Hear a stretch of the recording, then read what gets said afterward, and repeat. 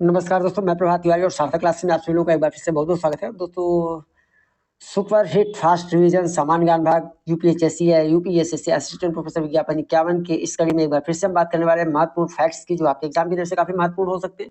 Last moment में तैयारी के लिए एक अच्छा मेथड साबित हो सकता है। तो चलिए स्टार्ट करते हैं आज का वीडियो। वीडियो स्टार्ट करने से पहले एक छोटी सी जानकारी आपके लिए कि अगर एमसीक्यू के माध्यम से आप प्रैक्टिस करना चाहते हैं तो उसके लिए आप सार्थक क्लासेस ऐप डाउनलोड करके स्टोर सेक्शन में विजिट कर सकते हैं और वहां से जो टेस्ट सीरीज का कोर्स है उससे आप लाभान्वित हो सकते हैं। तो चलिए स्टार्ट करते हैं आज का वीडियो। तो पहला पॉइंट है कंट्रोल यूनिट। कंट्रोल यूनिट की कार्य क्षमता को किलोहर्ट्ज, मेगाहर्ट्ज और गीगाहर्ट्ज आदि में नापा जाता है, जबकि प्रोसेसर की कार्यप्रणाली को बिट के आधार पर मापा जाता है, जैसे कि 8 बिट, 16 बिट, 32 बिट और 64 बिट। असम और अरुणाचल की कुछ प्रमुख पहाड़ियों पर एक नजर डाल लेते हैं। तो पहली पैटकाई या पटकाई। पटकाई भारत म्यांमार सीमा पर पहाड़ों की एक श्रृंखला है जो पूर्वोत्तर भारतीय राज्यों अरुणाचल प्रदेश, नागालैंड और म्यांमार के ऊपरी क्षेत्र में फैली हुई है। पटकाई के अंतर्गत 3 पर्वत श्रृंखलाएं आती हैं। पहला है पटकाई बम, दूसरा गारो खासी जयंतिया पहाड़ियां और तीसरा है लुसाई पहाड़ियां। पटकाई पर्वत श्रेणी का उच्चतम बिंदु फैंगपुई त्लांग है, जो कि ब्लू माउंटेन के नाम से भी जिसे जाना जाता है। गारो खासी पर्वतमाला भारत के मेघालय राज्य में है। औसत वार्षिक वर्षा 11.802 मिलीमीटर के साथ चेरापूंजी और वसिनराम इन पहाड़ों के घुमावदार किनारों पर दुनिया के सबसे नम स्थान है, जहां सबसे अधिक वार्षिक वर्षा होती है। यूनेस्को द्वारा 1983 में भारत में सर्वप्रथम विश्व धरोहर की सूची में अजंता गुफाएं, एलोरा गुफाएं और आगरा किला तथा ताजमहल को शामिल किया गया था। यानी यूनेस्को ने जब सर्वप्रथम भारत के जो स्थान है जिनको विश्व धरोहर स्थल में शामिल किया था 1983 में, वह है अजंता गुफाएं, एलोरा गुफाएं, आगरा किला और ताजमहल। होम रूल लीग एक राजनीतिक दल था जिसने आयरलैंड में स्वशासन के लिए आंदोलन चलाया था। बाल गंगाधर तिलक ने पुणे में 28 अप्रैल 1916 को बेलगाम पूना में होम रूल लीग की स्थापना की। होम रूल आंदोलन का मुख्य उद्देश्य ब्रिटिश साम्राज्य में भारत के लिए संवैधानिक तरीकों का उपयोग करके स्वशासन की स्थापना करना था। इस तरह 1916 में एनी बेसेंट और बाल गंगाधर तिलक के नेतृत्व में देश में होम रूल आंदोलन प्रारंभ किया गया था। प्रथम विश्व युद्ध 28 जुलाई 1914 से प्रारंभ हुआ था और 11 नवंबर 1918 तक चला था, जबकि द्वितीय विश्व युद्ध जो है 1939 से 1945 तक चला था। वर्ष 2012 में यूनेस्को ने पश्चिमी घाट क्षेत्र के 39 स्थानों को विश्व धरोहर स्थल घोषित किया। पश्चिमी घाट का फैलाव तापी नदी के पर्वत से कन्याकुमारी के केप तक लगभग 1600 किलोमीटर लंबाई तक फैला हुआ है। अबुल फजल का जीवन काल 1551 से 1602 का पूरा नाम अबुल फजल इब्न मुबारक था और इनके पिता का नाम शेख मुबारक था। इन्होंने 1579 ईस्वी में मजहरनामा नामक दस्तावेज का प्रारूप तैयार किया, जिसको बाद में अकबर ने जारी किया। अबुल फजल का जन्म आगरा में हुआ था और इनकी हत्या वीर सिंह बुंदेला नामक सलीम ने इनकी हत्या जो है वीर सिंह बुंदेला द्वारा सलीम ने करवाई थी। तो ये अक्सर पूछा भी जाता है, एग्जाम मैंने देखा कि पूछा भी गया था। अबुल फजल ने अकबर के शासनकाल की प्रमुख घटनाओं को संकलित किया था। अकबरनामा और आईने अकबरी अबुल फजल की प्रमुख रचनाएं हैं। भारतीय क्रिकेट टीम के पहले एक दिवसीय अंतर्राष्ट्रीय क्रिकेट मैच के कप्तान कौन थे? तो ये थे अजीत वाडेकर। इन्होंने 1974 में वनडे टीम की कप्तानी की और कप्तान के रूप में सिर्फ 2 मैच खेले, पर एक भी मैच में जीत न दिला सके। इन्होंने 1992 से 1996 तक भारतीय टीम को कोच के रूप में भी अपने सेवाएं दी थी। कबड्डी की उत्पत्ति भारतीय उपमहाद्वीप के आधुनिक तमिल क्षेत्र में हुई। कबड्डी के अतिरिक्त इसके अलावा भाला फेंक, तैराकी, दौड़ आदि कई खेलों का जन्म भी भारत में हुआ। कबड्डी में 12 खिलाड़ी होते हैं, जैसे आप लोग जानते हैं, जिनमें से 7 कोर्ट में होते हैं और 5 रिजर्व होते हैं। कबड्डी महासंघ के हिसाब से कबड्डी कोर्ट की माप जो है 13 मीटर इंटू 10 मीटर होता है, यानी 13 मीटर लंबा और 10 मीटर चौड़ा।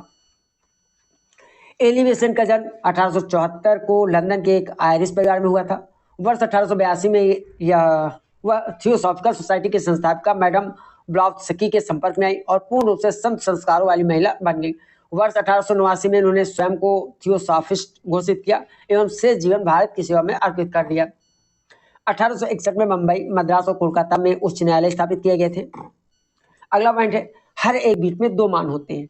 वो मान कौन कौन से? या तो 00 होगा, या 01 होगा, या 10 होगा, या 11 होगा, यानी 2 ही मान होंगे, 0 और 1 को लेकर के। इस प्रकार 32 बिट में कुल 232 तक मान होते। 32 बिट प्रोसेसर एक समय में कुल 232 तक के आंकड़ों पर कार्य करने में सक्षम होता है। एक प्रोसेसर में जितने अधिक बिट होंगे उसके कार्य करने की क्षमता और सटीकता उतनी प्रभावशाली होगी।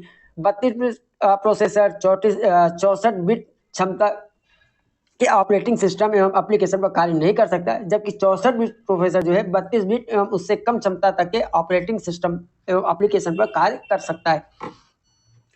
सौरमंडल का सबसे गर्म ग्रह शुक्र है, यदि बुध ग्रह सूरज के सबसे निकट है। देखिए सूरज के सबसे निकट का ग्रह बुध है, लेकिन सबसे गर्म ग्रह की जब बात आती है तो वो शुक्र है, इसलिए इसे सबसे गर्म होना चाहिए। पर सूरज के सर्वाधिक निकट होने के कारण से ही इसका वायुमंडल नष्ट हो चुका है, जबकि शुक्र के वायुमंडल में मुख्य रूप से कार्बन डाइऑक्साइड है, जो एक तरफा रास्ते का कार्य करती है। सूरज की गर्मी इसमें प्रवेश तो करती है, लेकिन निकल नहीं सकती। इस तरह से ये एक भट्टी का रूप ले लेती है। शुक्र की सतह के अगर हम तापमान की बात करें तो ये लगभग 462 डिग्री सेल्सियस है। अंतर्राष्ट्रीय मानवाधिकार कब मनाया जाता है? 10 दिसंबर को मनाया जाता है। प्रश्नावली के कुछ प्रमुख दोष कौन कौन से हो सकते हैं? जैसे कि अनुसंधान की सहायता का अभाव, केवल शिक्षितों का अध्ययन संभव, अस्पष्ट लेख, अपूर्ण सूचना, सूक्ष्म एवं गहन अध्ययनों में अनुपयुक्त, सार्वभौमिक प्रश्न असंभव। अजोला जैव उर्वरक का प्रयोग किस फसल में किया जाता है? तो अजोला जैव उर्वरक का प्रयोग धान फसल में किया जाता है। स्वतंत्रता के समय भारत में केवल एक राष्ट्रीय स्तर का लोक निगम था और वह था भारतीय रिजर्व बैंक, जिसकी स्थापना आप लोग जानते हैं कि रिजर्व बैंक की स्थापना 1935 में की गई थी। वर्ष 1951 में प्रथम पंचवर्षीय योजना की शुरुआत के समय देश में 5 लोक उपक्रम थे। पहला था रिजर्व बैंक ऑफ इंडिया, दूसरा दामोदर घाटी निगम, पुनर्वास वित्त निगम, औद्योगिक वित्त निगम और 5वां था कर्मचारी राज्य बीमा निगम। नहरों द्वारा देश के कुल सिंचित क्षेत्र का सर्वाधिक भाग जो उत्तर प्रदेश में है। लिटिल कमेंट्रेरी नामक पुस्तक में 1514 ईस्वी में कोपरनिकस के अनुसार सूर्य ब्रह्मांड के केंद्र में है तथा पृथ्वी उसकी परिक्रमा करती है। 6वीं शताब्दी के प्रसिद्ध खगोलविद वराहमिहिर के अनुसार चंद्रमा पृथ्वी का चक्कर लगाती है और पृथ्वी सूर्य की परिक्रमा करती है। प्रोफेसर पीवी यंग ने 2 तरह के प्रश्नावली को उल्लेख किया है, संरचित प्रश्नावली और असंरचित प्रश्नावली।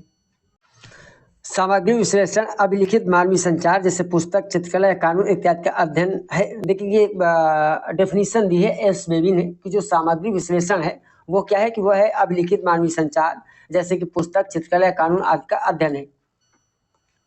बेरोजगारी का सबसे विभत्स रूप खुली बेरोजगारी है। भारतीय देखिए खुली बेरोजगारी का मतलब पूर्णतया बेरोजगार होना, ठीक है। भारतीय अर्थव्यवस्था का मूल आधार कृषि है।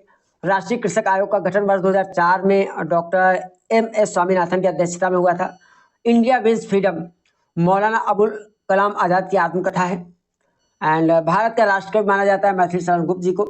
इरविन के सुझाव पर भारतीयों को साइमन कमीशन से बाहर रखा गया था। यह अक्सर प्रश्न पूछा जाता है कि इनमें से किसके सुझाव पर भारतीयों को साइमन कमीशन से बाहर रखा गया था? तो इरविन के सुझाव पर भारतीयों को साइमन कमीशन से बाहर रखा गया था। UGC एक्ट 1956 के अंतर्गत विश्वविद्यालय अनुदान आयोग द्वारा अंतर विश्वविद्यालय योग की स्थापना की गई है कर्नाटक के बेंगलुरु शहर में। इकोलॉजी अथवा पारिस्थितिकी शब्द का प्रथम प्रयोग 1866 में जर्मन जीव वैज्ञानिक अर्नेस्ट हैकल ने अपनी पुस्तक जनरल मार्पोलॉजी दे ऑर्गेनिज्मेन में किया था। संविधान का मायना कार्टा किसे कहा जाता है? तो मौलिक अधिकारों को कहा जाता है। भारत का एकमात्र सक्रिय ज्वालामुखी किस द्वीप पर स्थित है? तो भारत का एकमात्र सक्रिय ज्वालामुखी स्थित है अंडमान और निकोबार द्वीप समूह में। धार्मिक विभिन्नताओं और मतभेदों को दूर करने के लिए संपूर्ण देश में एकता और सामंजस्य की स्थापना करने के उद्देश्य से अकबर ने 1982 में एक नया धर्म दीन इलाही चलाया था और दीन इलाही स्वीकार करने वाला प्रथम व्यक्ति बीरबल था। बेसनगर में स्थित गरुड़ स्तंभ का निर्माण किसने कराया था? तो बेसनगर में स्थित गरुड़ स्तंभ का निर्माण कराया था हेलियोडोरस ने। भारतीय और फारसी चित्रकलाओं का संगम थी मुगल चित्रकला शैली।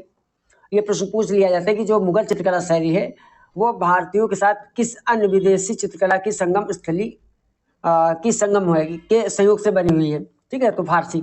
मौर्यकालीन वास्तुकला की महत्वपूर्ण देन क्या है? तो स्तूप है। मूल संविधान में कुल 22 भाग, 395 अनुच्छेद और 8 अनुसूचियां थी। अनुच्छेद 171 के अनुसार राज्य की विधान परिषद के सदस्यों की कुल संख्या उस राज्य की विधानसभा के सदस्यों की कुल संख्या के 1/3 से अधिक नहीं होगी, परंतु किसी राज्य की विधान परिषद के सदस्यों की संख्या किसी भी दशा में 40 से कम नहीं होगी। लेकिन इसका अपवाद है 2 राज्य गोवा और सिक्किम, इसको आपको याद रखना है। कटक शहर कहाँ स्थित है? महानदी के तट पर स्थित है। प्रसिद्ध गांधीवादी विचारक हरिभाव उपाध्याय द्वारा 1927 में त्याग भूमि नामक अखबार का प्रकाशन शुरू किया गया था। यानी त्याग भूमि नामक अखबार का प्रकाशन किसके द्वारा शुरू किया गया था? तो हरिभाव उपाध्याय के द्वारा। 1972 तक भारत का राष्ट्रीय पशु किसे कहा जाता था? तो सिंह को कहा जाता था। 1994 में जिला प्राथमिक शिक्षा कार्यक्रम प्रारंभ किया गया था। इसका उद्देश्य शिक्षा के स्तर में सुधार लाने, सभी को शिक्षा दिलाने और समाज के विभिन्न वर्गों में असमानता कम करने का प्रयास करना था। एशियाई खेल, जिसे हम एशिया के नाम से भी जानते हैं, इसकी शुरुआत का श्रेय दिया जाता है प्रोफेसर जी.डी. सोढ़ी को। जी.डी. सोढ़ी अपने भारत से ही है। रामायण तथा महाभारत का कोंकणी भाषा में अनुवाद किसने किया था? तो महाभारत और रामायण का कोंकणी भाषा में अनुवाद कृष्णदास शर्मा ने किया था। सिक्किम देश का पहला राज्य था जिसने 1998 में प्लास्टिक का इस्तेमाल पूरी तरह से बंद कर दिया, जबकि प्लास्टिक बैग पर प्रतिबंध लागू करने वाला प्रथम भारतीय राज्य हिमाचल प्रदेश है। अगर मैं गलत नहीं हूं तो मेरा यह अधिकार बैकेलाइट भविष्य के लिए अहम साबित होगा। बेल्जियम मूल के अमेरिकी वैज्ञानिक लियो बेकलैंड प्लास्टिक के आविष्कार करने पर उन्होंने ऐसी बात कही थी, और ये कब कहा था उन्होंने? 11 जुलाई 1907 को। लोकसभा सचिवालय लोकसभा के अध्यक्ष के प्रत्यक्ष पर्यवेक्षण में आता है। एंड खेरा के अनुसार लोक उपक्रमों का निम्न वर्गीकरण किया जाता है: केंद्र और राज्य सरकार के संयुक्त उपक्रम, राज्य सरकारों का उपक्रम, केंद्र सरकार के उपक्रम और सरकारी और निजी क्षेत्रों के संयुक्त उपक्रम। तो ये देखिए यहाँ पे क्वेश्चन है कि खेरा के अनुसार लोक उपक्रमों का वर्गीकरण कितने तरीके से किया जाता है? तो वह है कि केंद्र और राज्य सरकार के संयुक्त उपक्रम, राज्य सरकारों का उपक्रम, केंद्र सरकार के उपक्रम, सरकारी एवं निजी क्षेत्रों के संयुक्त उपक्रम। 1916 में कांग्रेस तथा मुस्लिम लीग का संयुक्त अधिवेशन लखनऊ में हुआ था, और भारतीय वानस्पतिक सर्वेक्षण विभाग रेड डाटा बुक नाम से लुप्तप्राय पौधों की सूची प्रकाशित करता है। ये अक्सर पूछ लिया जाता है कि रेड डाटा बुक नाम से लुप्तप्राय पौधों की सूची कौन प्रकाशित करता है? तो भारतीय वानस्पतिक सर्वेक्षण विभाग। तो दोस्तों ये आज के कुछ इंपॉर्टेंट पॉइंट थे। अंत में आपको मेरी सलाह रहेगी कि ये चूंकि पढ़ाई वाला वीडियो है, इसको आप कम से कम 2 बार जरूर देखें। इसलिए नहीं कि मेरे व्यूज बढ़ेंगे, इसलिए कि जो भी फैक्ट्स है वो आसानी से आपके मस्तिष्क पटल पर स्थान बना पाए, और निश्चित तौर पर इससे आपको फायदा होगा आपके एग्जाम के दौरान में। मानना ना मानना आपके ऊपर डिपेंड है। मुझे जो लगा मैंने आपको शेयर किया, और अगर आप बेहतरीन प्रैक्टिस करना चाहते हैं तो उसके लिए बहुत अच्छी टेस्ट सीरीज हमने बना रखी है। मुझे लगता है कि बहुत सारे टेस्ट उसमें सार्थक क्लासेस ऐप डाउनलोड करके स्टोर सेक्शन में जाके कोर्स में आप विजिट कर सकते हो, और वहाँ से अपनी सुविधा अनुसार जो है प्रैक्टिस टेस्ट के कोर्स को आप अवेल कर सकते हैं। मेरा नंबर आप लोगों के पास होगा ही, नहीं है तो यहाँ पे देखिए दिया हुआ है 9506543831। किसी भी तरह की जानकारी के लिए या सुझाव के लिए आप हमें व्हाट्सएप कर सकते हैं। तो आज के वीडियो में इतना ही। मैं आपसे फिर मिलते हैं अगले वीडियो में कुछ नई जानकारी के साथ। तब तक के लिए नमस्कार।